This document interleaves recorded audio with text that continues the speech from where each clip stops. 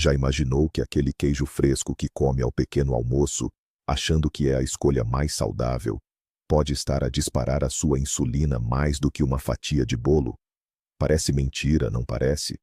Habituamo-nos a ouvir que o açúcar é o grande vilão e que a proteína é a melhor amiga da nossa saúde e da nossa linha.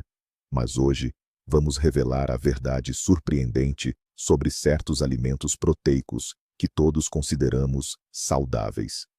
Neste vídeo, vai descobrir por que razão o queijo fresco, o iogurte e até alguns tipos de carne podem ser inimigos escondidos de quem precisa de controlar o açúcar e a insulina. Vou revelar os 6 principais culpados que estão a sabotar, sem que perceba, o seu esforço para emagrecer e ganhar saúde. Ainda acredita que qualquer proteína é sempre segura? Escreva sim ou não nos comentários. Prometo-lhe que, até ao final deste vídeo, a sua opinião vai mudar completamente. Fique conosco. As informações que temos para si são fundamentais. Antes de passarmos à lista dos alimentos, vamos entender o básico. Certamente já ouviu falar do índice glicêmico. Ele indica a rapidez com que os hidratos de carbono aumentam o nível de açúcar, a glicose, no nosso sangue. Durante muito tempo, este foi o principal guia para quem tem diabetes ou quer perder peso. Se comermos algo com um índice glicêmico alto, como o pão branco, o açúcar no sangue sobe de repente. É simples e lógico. No entanto, a ciência evoluiu e surgiu um conceito novo e muito mais importante: o índice insulínico. Este índice mostra o quanto um alimento estimula o pâncreas a libertar insulina. E é aqui que as coisas ficam interessantes. Descobriu-se que certos alimentos, que quase não têm hidratos de carbono e possuem um índice glicêmico baixo, podem provocar um pico enorme de insulina. Imagine que o açúcar é um convidado que bate com força à porta. A insulina é o porteiro que abre essa porta. Pois bem, certas proteínas são como convidados silenciosos, entram sem bater, mas fazem com que o porteiro insulina abra todas as portas de par em par, causando uma verdadeira confusão dentro do nosso organismo. Mas afinal, por que é que devemos dar tanta importância a essa tal de resposta insulínica? Muita gente pensa que a insulina serve apenas para baixar o açúcar no sangue, mas ela é muito mais do que isso. Ela é um hormônio poderoso que, basicamente, dá uma ordem direta às nossas células, a ordem de estocar. A insulina ajuda a glicose a entrar nas células para gerar energia, mas ela também envia um sinal de alerta para as células de gordura dizendo: parem de liberar gordura, agora é hora de acumular. Quando os níveis de insulina estão sempre elevados, uma condição chamada de hiperinsulinemia, o nosso corpo entra em um modo permanente de armazenamento. Nesse estado, o processo de queima de gordura, a chamada lipólise, fica simplesmente bloqueado. É por isso que muita gente faz dietas rigorosas e conta cada caloria, mas não consegue emagrecer. Se a alimentação for rica em produtos que disparam a insulina, perder peso se torna um desafio quase impossível. Com o tempo, esse excesso faz com que as células deixem de responder ao hormônio. É a famosa resistência à insulina, que é o caminho mais curto para a diabetes tipo 2 e outras doenças crônicas. Portanto, o grande segredo para a nossa saúde não é controlar apenas o açúcar, mas sim manter a insulina sob controle. Vamos recuar um pouco no tempo para perceber como surgiu o conceito de índice insulínico. Tudo começou na década de 90, com a doutora Susanna Holt, da Universidade de Sydney. Ela e a sua equipa realizaram um estudo detalhado. Deram a vários voluntários porções de diferentes alimentos, todas com exatamente 240 calorias. Depois, ao longo de 2 horas, mediram os níveis de insulina no sangue a cada 15 minutos. Tal como acontece com o índice glicêmico, o pão branco foi usado como ponto de referência, com um valor de 100%. Os resultados deste estudo foram surpreendentes e mudaram muito do que se pensava sobre a nutrição. Descobriu-se que os alimentos ricos em proteínas e gorduras também provocam uma libertação de insulina, e por vezes, essa reação é até mais forte do que a de alimentos compostos apenas por hidratos de carbono. Este estudo mostrou que focar a nossa atenção apenas nos hidratos de carbono é como tentar ver o mundo pelo buraco de uma fechadura. Para termos uma visão completa da nossa saúde, temos de considerar a reação da insulina a tudo o que comemos, de forma global. Agora, vamos à nossa lista. E o primeiro item, talvez o mais surpreendente de todos, são os laticínios. Pois é, o nosso tão amado leite e os seus derivados. É uma surpresa, não é verdade? Toda a vida ouvimos dizer que o queijo, o iogurte e o kefir são a base de uma alimentação saudável. Afinal, têm poucos hidratos de carbono e são ricos em proteínas. Parece o cenário perfeito, não é? Mas aqui é que está o problema. Apesar de terem um índice glicêmico baixo, os laticínios têm um índice insulínico altíssimo. Para terem uma ideia, o leite pode chegar a um nível de quase 100, o que é comparável ao do pão branco. E por que é que isto acontece? Os cientistas explicam que se deve à composição única da proteína do leite, a mistura do soro com a caseína. Essa combinação estimula o pâncreas a produzir insulina de forma exagerada. É como se o nosso corpo recebesse um sinal de que vem aí um grande banquete e, por precaução, libertasse uma enxurrada de insulina para se preparar. E agora chegamos ao verdadeiro protagonista da nossa investigação: o queijo fresco, ou o queijo Quark. Sabia que o seu índice insulínico chega a 120 unidades? Ouviu bem, 120.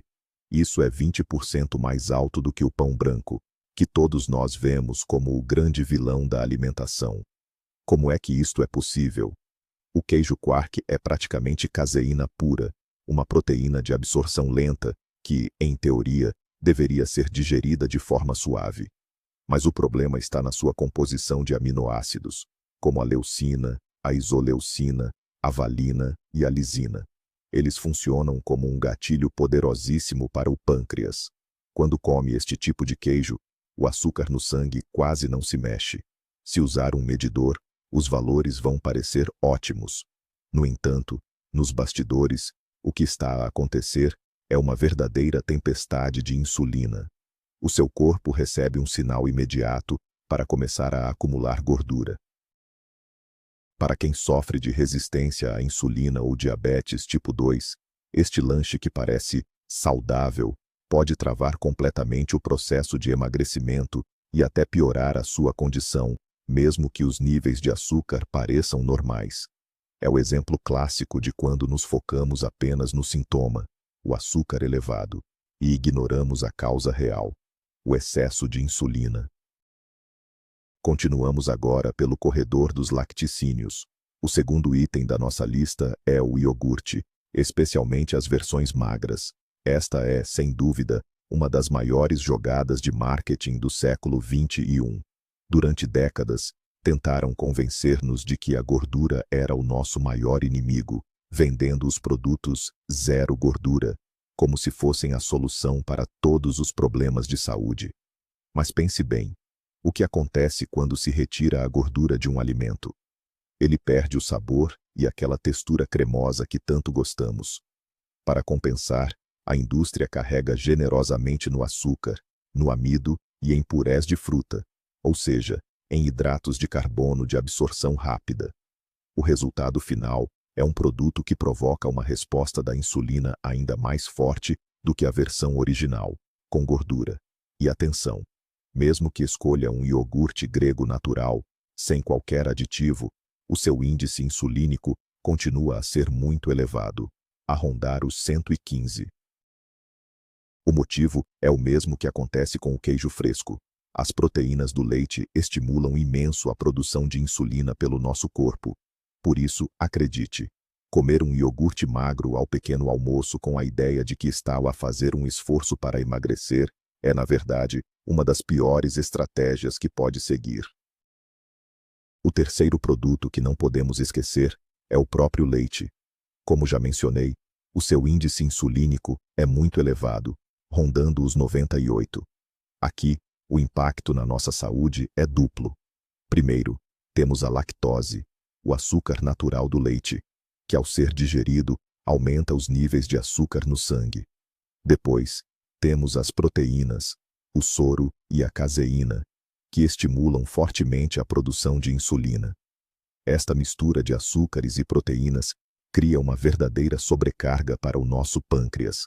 Não é por acaso que os praticantes de musculação tomam batidos de proteína com leite a seguir ao treino. Eles fazem-no de propósito para provocar um pico de insulina e ajudar os músculos a recuperar e a crescer. Para eles, naquele momento específico, isso é útil. Mas, se não anda a levantar pesos no ginásio e está apenas a beber o seu café com leite ou um galão enquanto está sentado, esse pico de insulina não lhe traz vantagem nenhuma. Pelo contrário, só traz problemas e uns centímetros a mais na cintura. O perigo é ainda maior com os produtos lácteos, que já trazem açúcar adicionado, onde ao efeito natural do leite se junta uma carga pesada de hidratos de carbono. Sei que muitos de vocês devem estar surpreendidos agora. Podem até pensar, então, tenho de deixar de comer laticínios para sempre? Não precisa de ser tão radical. O importante é perceber a situação de cada um. Se é uma pessoa saudável, ativa, tem o peso controlado e não tem problemas de metabolismo, comer um iogurte ou um pouco de queijo de vez em quando não lhe fará mal. Mas, se o seu objetivo é perder peso, ou se lida com a resistência à insulina ou a diabetes tipo 2, retirar ou reduzir drasticamente os laticínios da sua alimentação pode trazer resultados fantásticos.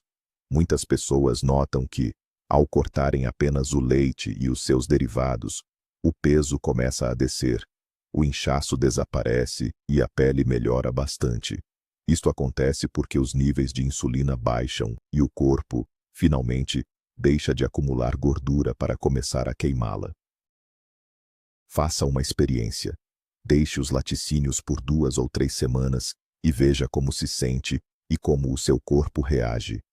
Os resultados podem deixar-vos verdadeiramente admirados. Saindo dos laticínios, entramos agora no talho. Preparem-se, porque aqui também temos algumas surpresas. O segundo grande grupo de alimentos com um alto índice insulínico são certos tipos de carne.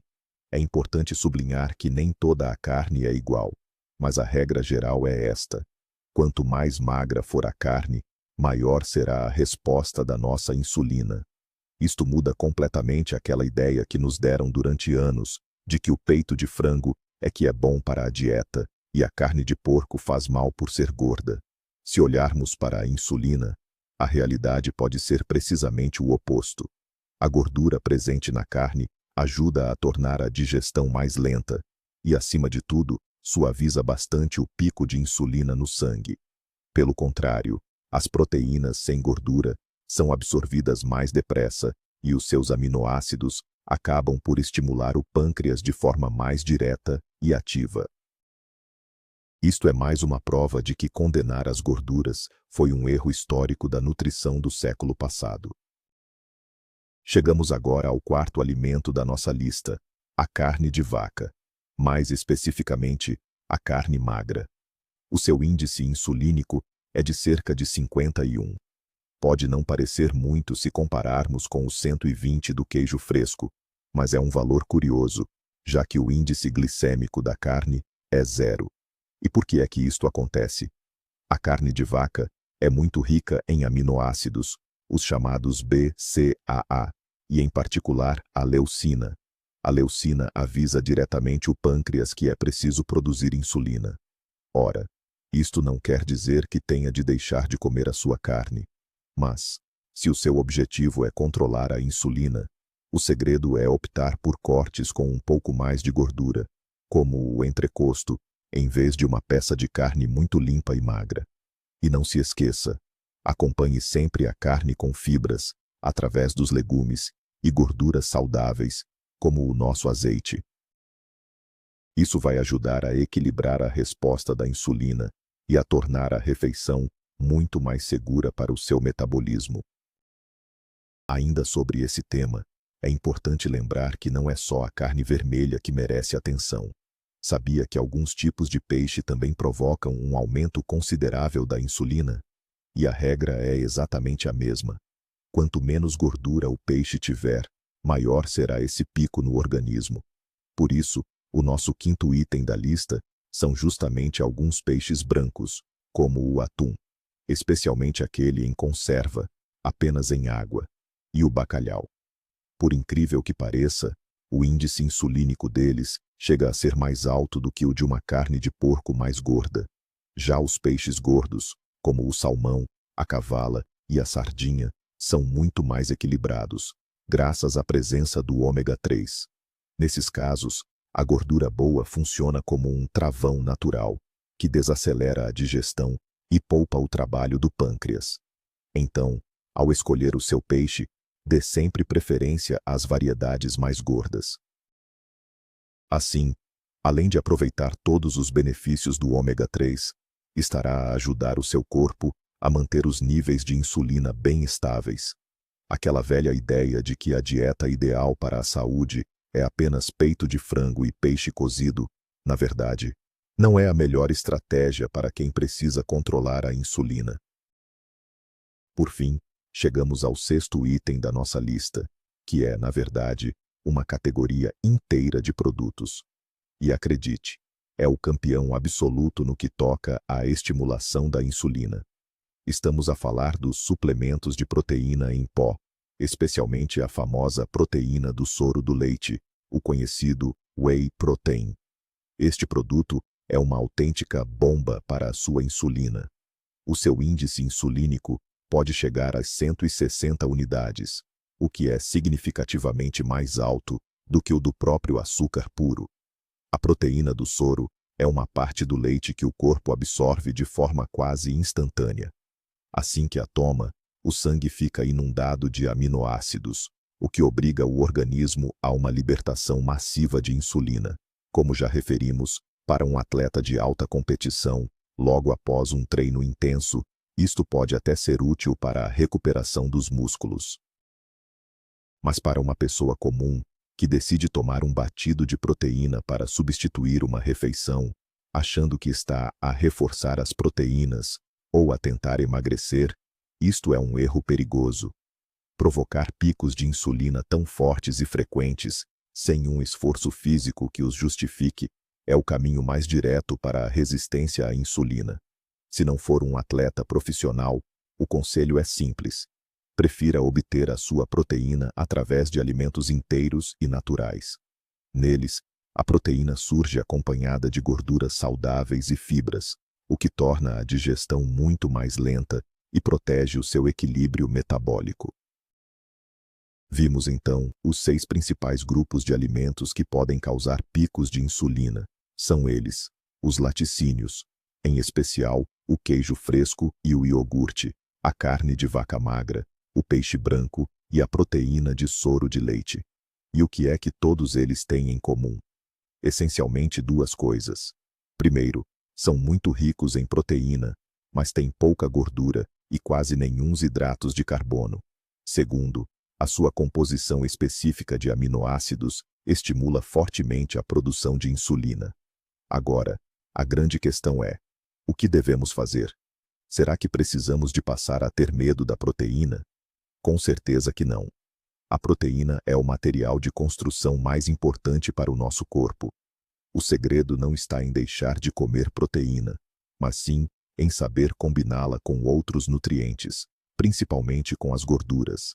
Na verdade, as gorduras saudáveis são as nossas maiores aliadas para manter a insulina em níveis baixos.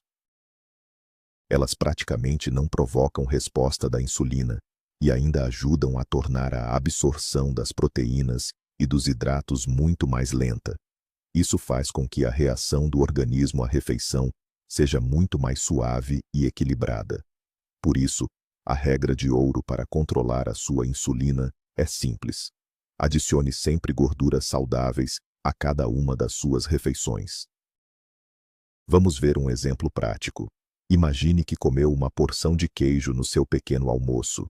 Como já sabemos, isso vai provocar um grande pico de insulina no sangue. Agora, imagine um cenário diferente. Pega nesse mesmo queijo, mas junta-lhe uma colher de azeite ou de óleo de linhaça, um punhado de nozes ou umas sementes de chia. O resultado muda completamente. As gorduras saudáveis do azeite e dos frutos secos fazem com que o estômago se esvazie mais devagar. Assim, a proteína entra na corrente sanguínea de forma gradual e o pico de insulina será muito menor. O mesmo se aplica à carne. Em vez de escolher uma peça de vaca totalmente magra, opte por um bife com um pouco de gordura. Se preferir peito de frango, acompanhe-o com um molho pesto ou um pouco de abacate. No caso do peixe, pode usar um molho cremoso ou simplesmente regá-lo generosamente com um bom azeite. Este truque simples permite-lhe continuar a comer as proteínas de que tanto gosta, mas mantendo a insulina sob controle. Fixe esta regra de ouro. A proteína nunca deve estar sozinha.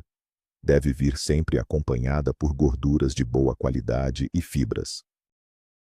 Agora, vamos conhecer os alimentos que são verdadeiros aliados para quem precisa de controlar a insulina. São opções com um índice insulínico baixo. No topo da lista estão, sem dúvida, os ovos. O seu índice é de apenas 31, sendo uma fonte fantástica de proteínas de alta qualidade e de gorduras saudáveis que se encontram na gema. Uma omelete ou uns ovos mexidos ao pequeno almoço são uma excelente escolha. Depois, temos os peixes gordos de que já falamos, o salmão, a cavala e o arenque. A carne de ave, especialmente as partes com pele, como as coxas ou as asas de frango, também é uma ótima opção, e muito mais equilibrada do que o peito de frango seco. No que toca ao mundo vegetal, os grandes campeões são o abacate, as azeitonas e o azeite, além dos frutos secos, como a macadâmia, a noz pecan e a noz comum. Também as sementes de chia, linhaça e abóbora são muito benéficas. Por fim, aposte em todo o tipo de couves, folhas verdes, pepino e courgette. Estes vegetais são ricos em fibra e praticamente não afetam a insulina. A base da sua alimentação deve passar, precisamente, por estes alimentos. Muitos de vocês podem pensar, mas então e as papas de aveia ou a fruta? Isso não é saudável? Claro que sim, tem vitaminas e fibra. Mas o problema é este: se já tem resistência à insulina, até esses hidratos de carbono ditos lentos vão fazer disparar o açúcar e a insulina no seu sangue. A fruta, por causa da frutose, acaba por sobrecarregar o fígado e pode até piorar a situação, principalmente se for consumida em grandes quantidades ou na forma de sumos e batidos. Por isso, nesta fase em que o objetivo é perder peso e recuperar o equilíbrio do organismo, o melhor é reduzir drasticamente os hidratos de carbono, mesmo os chamados complexos. Prefira ir buscar os nutrientes aos legumes e vegetais que não têm amido. Mais tarde, quando o seu metabolismo já estiver normalizado, poderá voltar a introduzir, com cuidado, algumas bagas ou um pouco de batata doce, observando sempre como é que o seu corpo reage. Outro ponto fundamental é a frequência das nossas refeições. Antigamente, dizia-se que o ideal era comer 5 ou 6 vezes por dia, em pequenas quantidades, para acelerar o metabolismo. No entanto, hoje sabemos que este é um dos piores conselhos para quem tem problemas com a insulina. Cada vez que comemos, mesmo que seja apenas um pequeno petisco, o corpo produz insulina. Se estamos constantemente a comer, a insulina nunca desce para os níveis de repouso. O corpo fica sempre em modo de armazenamento e não tem a oportunidade de queimar gordura. Para recuperar a sensibilidade à insulina, o ideal é fazer apenas 2 ou 3 refeições por dia, sem qualquer tipo de petiscos pelo meio. Isto permite que o pâncreas descanse e que os níveis de insulina baixem, permitindo ao corpo começar a gastar as reservas de gordura. O jejum intermitente, como o método de 16/8, pode ser uma ferramenta muito eficaz para alcançar este objetivo. Muitas pessoas com diabetes têm medo das gorduras porque, durante anos, ouviram dizer que a sua alimentação devia ser magra.